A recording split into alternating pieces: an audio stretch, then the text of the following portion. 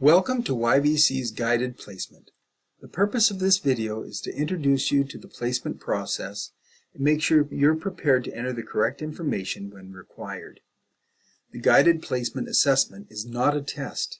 We will be using the last math class you passed, your past grades, and your own self-assessment of your current knowledge in order to find the most appropriate level for you to begin. In this assessment, we are trusting you to give us reliable information. So let's walk through the process from beginning to end to familiarize you what you are going to see before you get started.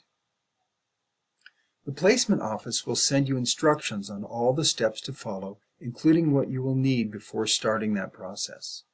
You can see that you will need to know your last math class, the grade you got in that class, and your high school GPA.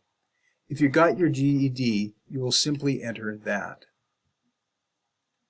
Selecting the last math class you passed is a crucial piece of information that is necessary for proper placement and therefore your success. Contacting your high school and getting an unofficial transcript would be very helpful. If you got your GED, select GED completion. If you are unsure at all about your last math class, then contact the placement office at testingservices@yvcc.edu. or call at 509-574-4738. They will assist you or direct you to a math instructor who can. When you've gathered that information, follow the link provided in the instructions. This is the page where you will fill in the requested information, your student ID, your name, and the last math class you passed. After you select the last math class you passed, you will then select your status as either a regular YVC student or as a Running Start student.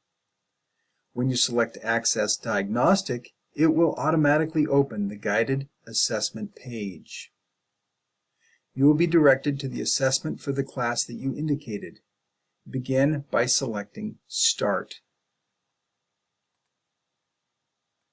Read the instructions and then select First question below or the right arrow above. You will then select the grade that you got in the class or the best recollection you have of that grade.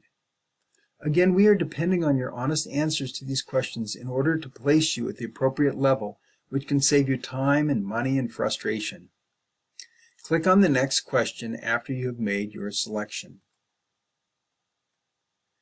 Select the GPA range from high school or your best recollection of it, and then select Next Question.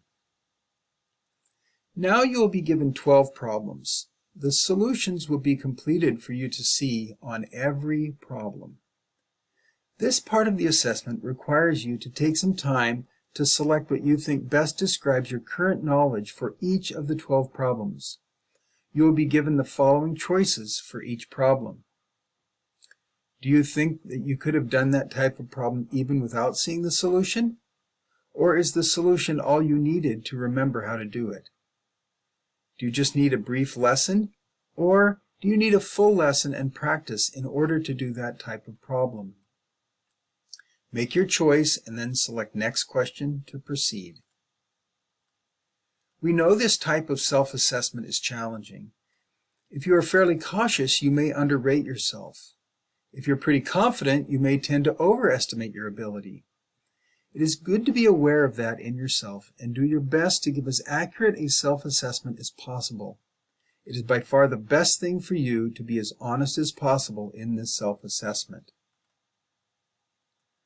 Once you've completed all 12 problems, you will come to the final page. The last page is question 15. And this is where you use the Submit and End button to see your results. On the results page, your math level will be given, and a list of possible courses for various levels is shown. The class you select at your level will depend largely on your area of interest and will be made at some later point with the assistance of an advisor. You can take a picture of this page or write down your placement level and then exit using the exit button in the upper right corner.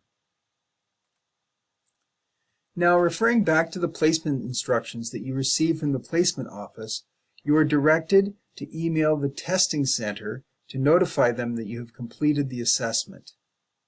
Include your name and YVC ID number. We want you to be successful in your first math class, and getting in the right class is the first step. We know math can be challenging for some students, but we want you to know that all of the instructors in the YVC Math Department are here for you and want to help you successfully reach your educational goals. So, I hope you are aware of what you need to have before starting the placement process, and that you are aware of the important role you play in finding you the right math class. Again, if you have questions, please call the placement office for assistance.